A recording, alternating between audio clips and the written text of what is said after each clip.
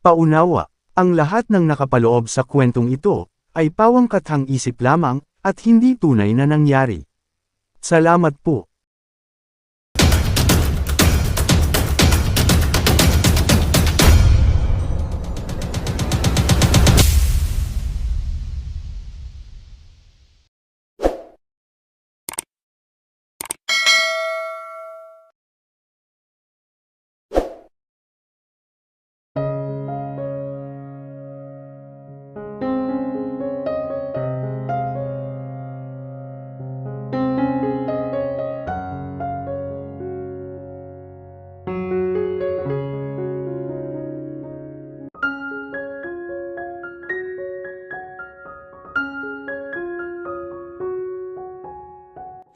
Naabutan ni Isabela na magkausap si Ate Bibiana at ang mami niya. Nasa hardin ng mga ito at nakaupo sa isang bench. Humugot siya ng hininga bago lumapit sa mga ito. Wala pa mang ilang hakbang ay lumingon na sa direksyon niya si Ate Bibiana. "Kumusta ang eskwela?" tanong nito sa kanya. Nagkipit balikat siya, saka umupo sa katapat na bench. Inilipag niya ang baga at bitbit na libro sa tabi niya. Sa halip na sagutin si Ate Bibiana, ay tumingin siya sa mami niya. "Anong meron?" tanong niya. "Tsa," alok nito. Inangat nito ang tipat mula sa mesa na nakapagitan sa kanila at nagsali ng tsaa sa tasa. Iniabot nito iyon sa kanya. Matipid siyang ngumiti habang inaabot iyon mula rito. Maaga natapos ang klase niya dahil final week nila. Nagiya si Erica na lumabas sila pero tumanggi siya. She was tired and exhausted. Ilang araw na siyang hindi nakakatulog ng maayos. Bukod kasi sa final exam ay hindi pa rin siya pinapatahimik ng pag-alala kay George. Ang iwan ito ay ang pinakamasakit at pinakamahirap na desisyon na ginawa niya sa buong buhay niya. Pakiramdam niya ay unti-unti siyang namamatay. Tila nababawasan ang hininga niya sa bawat araw na lumilipas na wala ito sa buhay niya. Binago ng binata ang napakaraming bagay sa buhay niya. Ito lamang ang lalaki na tunay na nagpapahalaga sa kanya. At dahil doon ay gagawin niya ang lahat para mapabuti ang kalagayan nito kahit pareho pa silang masaktan. She was no good to him. Madadamay lang ito sa magulong buhay na mayroon siya. Pinagmasdan niya ang mami niya habang umiinom ng tsaa. Her mother was starting to do fine. Hindi na niya ito nakikitang umiinom ng alak o kahit humawak man lang ng bote niyon. Iyon nga lang ay naging tahimik ito mula nang lumabas ito ng ospital. Tila palagi itong may iniisip. Gayunman, natutuwa siya sa nakikitang pagbabago nito. Maybe her mother had learned her lesson. Bigla ay nakaramdam siya ng pagkailangan. Iyon ang unang pagkakataon sa tanang buhay niya na nakasama niya ng ganon ang kanyang ina. She never sat with her for tea. Masarap sanang ipare sa tsaa ang masayang kwentuhan, pero hindi niya alam kung papaano magsisimula. Napangiti siya. "Anong nakakatawa?" tanong ng mami niya. "Wala naman, mami. Ang weird lang, no?" sagot niya. Halos sabay silang napalingon kay Ate Bibiana nang tumawa ito ng mahina. "Hindi ka sanay sa ganito, ano?" tanong ni Ate Bibiana na nakatingin sa kanya. Tumango siya. "Life has been rough for us, right? We can't even have a simple chat," komento ng mami niya. Tumayo si Ate Bibiana. "Pwede nyo nang simulan ngayon." Hindi na nito hinintay na sumagot sila ng mami niya. Mabilis itong tumayo sa kinauupuan at naglakad palayo. Pinagmasdan niya ito hanggang sa makapasok ito sa loob ng bahay. Bumuntong hininga siya bago nagbaba ng tingin. He was left with her mother. Nakakatawa na hindi niya alam kung papaano ito kakausapin. Gayon nakatira sila sa iisang bubong. Anong pinag-usapan niyo ni Ate Bibian? Pagsisimula niya ng usapan. Ikaw at ang daddy mo. Tugon nito. Napaangat siya ng tingin. Sumimisim ito ng tiyaa. Sinabi sa akin ni Bibian na gusto kang kunin ng daddy mo. Yeah. He asked me to go with him. Hindi lang ako pumayag. He said he is willing to wait. Sagot niya. Ikaw, ano bang gusto mo? Tanong nito. Papayagan mo ba ako kung sakali? Balik tanong niya. Bumuntong hininga ito.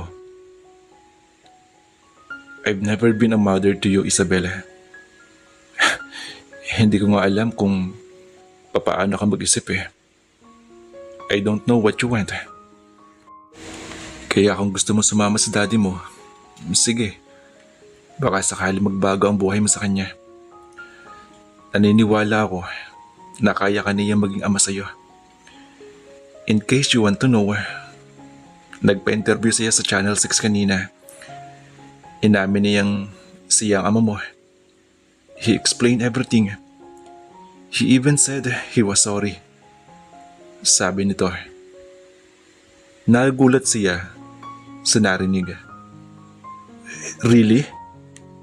But ma'am, sa kabila ng lahat na nangyari, ikaw pa rin ang mami ko. Hindi ko na kayang baguhin yun. Siguro nga, kaya na niyang maging ama sa akin pero ikaw pa rin ang mami ko. Isabella, ang gusto mo ang mas importante. Hindi ka nagkaroon ng pagkakataon makasama at makilala ang daddy mo. Ngayon ang pagkakataon mo. If you feel you will be fine with him, then go. Bahagya siya nakaramdam ng inis sa sinabi nito. Ayaw niyang isipin na ipinamimigay siya nito at talagang ayaw nitong alagaan siya. Pero tila iyon ang ipinaparamdam nito sa kanya. Hindi pa rin ba siya nito tanggap? Iyon ba ang gusto mo, mami? Mabilis itong sumagot. No. Hindi ka maniniwala. Pero yun ang totoo. I can't just give you up. Pero miserable ang buhay mo sa akin. You were never happy with me, admit it. At maaari magbago yun kung aalis ka rito. Paano kung bigyan kita ng chance? Tanong niya. Gusto niya makasama ang daddy niya. Pero mas gugustuhin niyang makasama ito. Lalo na at hindi sila maaaring maging isang buong pamilya. Bakit mo gagawin yun? Ito naman ang nagtanong. Hindi na siguro kailangan na lumayo ako para lang magbago ang lahat. Magtulungan na lang tayo. It sounds better, right? Isa pa, hindi ko kilala si daddy. Hindi rin ako sigurado kung tatanggapin ako sa mundo niya. Lalo na ang pamilya niya. I'd better stay here stuck with you than eat with a stranger. Tugon niya. Ngumiti ito. It made her feel good. At hindi ako estranghero para sa'yo, ganun ba? We have never eaten together. Mama, sanay ako sa mundo natin. Sabi niya. And it's not good.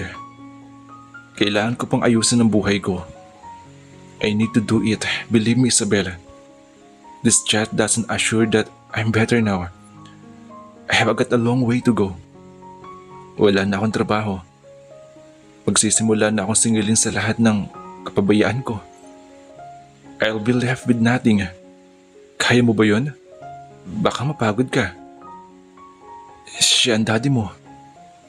Huminga ito ng malalim. Isabella, magulang mo siya. Wala manghuhusga sa'yo kung sasama ka sa niya. I'm giving you a choice. Maghihirap ka eventually. Unless, sumama ka sa daddy mo. Hindi na niya nagawang sumagot. Maya-maya ay tumayo ito, saka naglakad papasok sa bahay. Inihatid na lang niya ito ng tanawa, habang naiwan siyang malalim ang iniisip.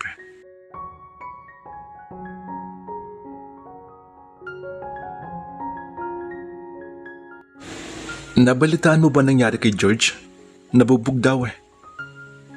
Natigilin si Isabela sa paglalagay ng gamit sa locker niya. Hindi niya inaasahan ang sinabi ni Erica. Bigla nilamon ng kaba ang dibdib niya. Kailangan kong makausap si Jackson. Bulong niya sa isip. Binilisan niya ang pagsalansan ng libro sa locker. Hey, narinig mo ba sinabi ko? Tanong ni Erica. Oo. Maikling sagot niya. Oo. Yun lang ang sagot mo? Just oo? Tila hindi makapaniwalang tanong nito. Isinara niya ang locker, saka hinarap ito. Oo. Anong gusto mong sabihin ko? Isabel, well, pwede mo sigurong sabihin na, oh really? Oh my God, kumusta na siya? Bakit? Ano nangyari? Ganun. Basta wag lang oo. Lintan niya nito. Umismid siya. Kahit puno siya ng pag-alala para sa binata.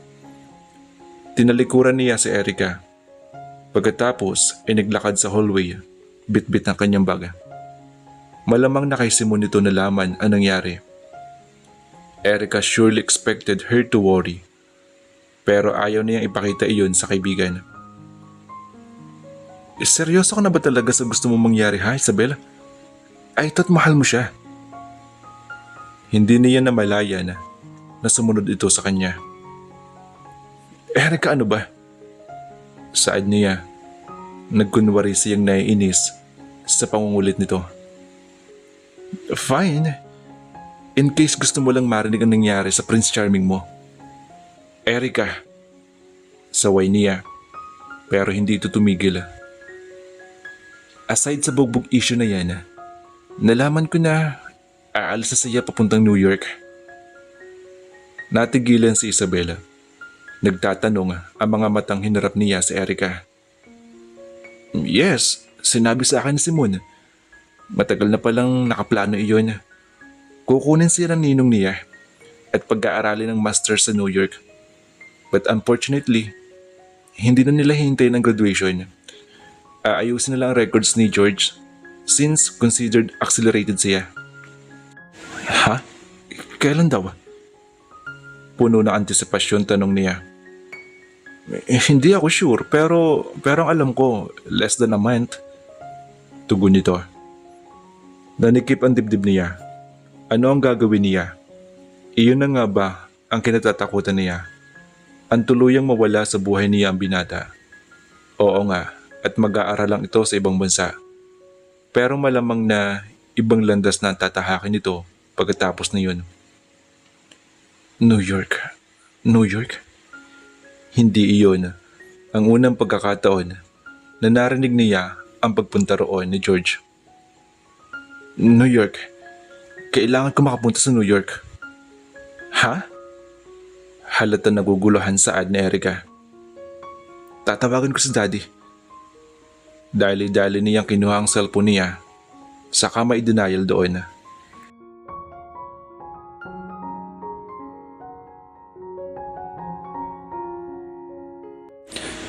Malakas sa sampala ang isinalubong ni Isabela kay Jackson nang makalapit ito sa kanya. Nasa auditorium sila. Hindi siya makakapayag na matapos ang araw na iyon na hindi niya ito nakakausap. Wala sa usapan na bugbugin niya siya. Nanggigilid ang mga luhang sabi niya rito. Nanginginig ang buong katawan niya sa pinagsamang galit at takot. She saw the muscle on his face move. Alam niya nasaktan ito. Humarap ito sa kanya. Buhay pa naman siya eh. Kung makasampal ka, parang ibinoon ko ng buhay yung lalaking yun. Tugon nito. Tiningnan niya ito ng masama. How dare you to call him that? Akmang sasampalin uli niya ito, pero napigilan nito ang kamay niya. Ikaw may plano nito, di ba? Saad nito. Binawi niya ang kamay niya, saka marakas na tumalikod dito. I said, takutin niyo lang. Mariing sabi niya. Pasensya na. Hindi lang namin napigilan. Naasar lang kasi ako sa lalaking yun. You are so into him. Ano bang meron sila na wala ako? At saka ano bang kinagagalit mo? Hindi ka naguguluhin nun. Oo, gusto ko siyang mawala sa... Para siyang binuhusan ng napakalamig na tubig. Nang paglingon niya kay Jackson, ay makita niya si George sa likuran nito. Namamaga ang isang mata ni George. Putok ang isang sulok ng mga labi nito at namumula ang ilang bahagi ng mukha. May benda na rin ito sa kaliwang braso. Nanigas ang buong katawan niya. Parang piniga ang puso niya dahil nahihirapan siyang huminga. Hindi niya alam kung papaano babawiin ang mga sinabi. Halika na nga, Simon. Nawalan na ako ng ganang upakan yung Jackson na yan.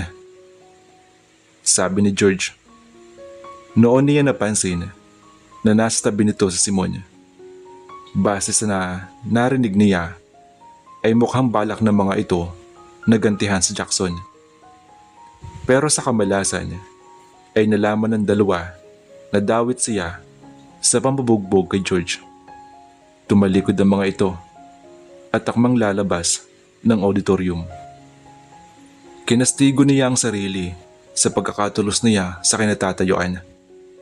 George! Tawag niya rito, pero lalong bunilisan nito ang paglalakad. George! Saglit! Naiiyak na habol niya sa mga ito. Nang maabutan niya ang dalawa, hinawakan niya ang braso ni George. Huwag mo akong hawakan! Sigaw ng binata. Sabay bawi ng braso nito. Nagpupuyos ang mga matang humarap ito sa kanya. Wala na tayo dapat pag-usapan niya. Malinaw na. Tapos na tayo. Tapos na. George, hindi. Tuloy na siyang napaiyak. Hindi na niya magawang pigilan ito nang muli itong humakbang palayo sa kanya. Alumpihit si Isabela kung lalabas na siya ng restroom. May 5 minuto na siya nakaharap sa salamin habang malalim ang iniisip. Malamang na naghihintay na ang daddy niya sa labas. Kanina ay tinawagan niya ito. Sinabi niyang nais niya itong makausap tungkol sa inaalok nito. Agad na nakapagkita ito sa kanya sa restaurant kung saan naroon siya ngayon. Tiningnan niya ang sariling refleksyon sa salamin. It was a hard decision for her, but she finally took the bait. Sasama siya sa daddy niya papunta sa Amerika. Alam niyang mabigat sa loob ng mami niya ang pagpayag sa naging pasya niya. Gayunman, kailangan niyang gawin iyon, hindi lang para makasama ang daddy niya, kundi para magkaroon ng pagkakataon na makita si George. She wanted to make it up to him. Galit na galit ito sa kanya. Gagawin niya ang lahat upang patawarin siya nito. Alam niyang hindi niya ito mapipigilang umalis. Ngunit sakaling nasa Amerika na siya, ay magkakaroon siya ng pagkakataong ipaliwanag dito ang panig niya. Maybe it was not too late for them. Mahal na mahal niya si George. She wouldn't have made that decision if she wasn't in love with him. Ang akala niya ay kaya niyang lumayo rito, pero hindi pala. Mas kaya niyang isakripisyo ang ibang kaligayahan niya at ang magiging impression sa kanya ng ina ni George para lang makasama ito. It was crazy, ngunit iyon ang isinisigaw ng puso niya. Mahal niya si George. Maya-maya ay naputol ang pag-iisip niya nang may pumasok na babae sa restroom. Lumapit ito sa katabing lababo at naghugas ng kamay. Kapag kuwan, ay nagkatinginan sila sa salamin. Ngumiti ito. Ganon din ang ginawa niya. The lady was pretty. Simpleng puting t-shirt at faded jeans ang suot nito. Sa tansya niya ay hindi nalalayo ang edad nito sa kanya. Sa unang pagkakataon ay nakaramdam siya ng insecurity sa kagandahan ng isang babae. She used to feel confident about herself. Ngunit iba ang ganda ng babaeng katabi niya ngayon. "You are pretty," sabi nito. Nag-init ang magkabilang pisngi niya. "Sana kapatid kita," dagdag nito habang pinapatuyo ang kamay sa hand dryer. Bahagya siyang natawa. "Yeah, well," nahihiyang sabi niya. Sige ha." Paalam nito bago nakangiting lumabas ng restroom. Hindi niya alam kung bakit, pero biglang gumaan ang pakiramdam niya. Binistahan uli niya ang sarili sa salamin bago nagpa siyang harapin na ang dada niya. Paglabas niya ng restroom ay agad na ginala niya ang tingin sa restaurant. Ang sabi ng dada niya ay may kasama ito. Hindi nga lang niya naitanong kung sino dahil biglang naputol ang tawagan nila. Maraming tao sa restaurant, kaya hirap siyang hanapin ang dada niya. Nagpalingali-nga siya.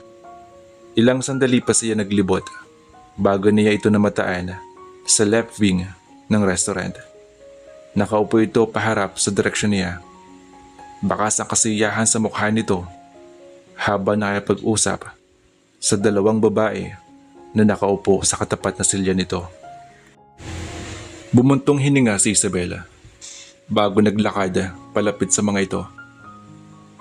Nakakadalawang hakbang pa lang siya nang tumayo ang isang babae at tumabi sa dada niya. Inangat nito ang kamay na napagtanto niyang may dalang kamera. Saka kinuna ng larawan ng sarili kasama ang dada niya. Natigilan siya nang mamukhaan ng babae. Ito ang babae na nakasabay niya sa restroom. Bigla siya nakaramdam ng kaba. Sa halip na magpatuloy sa paglalakad, ay nagtago siya sa halaman na nasa isang sulok ng restaurant. Kapag gawan, ay tinawagan niya ang dada niya. "Hello, Isabela. Nasaan ka na?" "I'm here at the restaurant." Bungad nito sa kabilang linya. Sorry dad. Saan banda ka ba nakaupo? Para hindi na ako mahirapang hanapin ka pagdating dyan. I heard maraming kumakain sa restaurant na sinasabi mo." Sabi niya habang pinagmamasdan ito mula sa kinatatayuan niya. Ngumiti ang dada niya. Oo, that's true. Masarap kasi ang food nila rito." Isabela, I'm with my..." Saglit itong huminto sa pagsalita. Lalong nadagdagan ang kaba niya nang tumingin ito sa dalawang babaeng kasama nito. "I'm with my wife and your sister. Gusto ko nilang makilala." Hindi nakaligtas sa paningin niya nang abutin ng isang babae ang kamay ng dada niya. Bigla ay parang piniga ang puso niya. She thought about his family. Ngunit hindi pala siya handang makita ang mga ito. Bigla ay naramdaman niya ang pagiging hindi kabilang. That she was only on the sidelines. Nanggigilid ang mga luha sa kanyang mga mata. Dad, I'm gonna call you back," sabi niya. Saka pinindot ang end call button. Nakita niya ang pagtataka sa mga mata nito. Naggibit balikat lang ito nang tila magtanong ang mga kasama nito. Noon siya nagpasyang umalis sa pinagtataguan niya at lumabas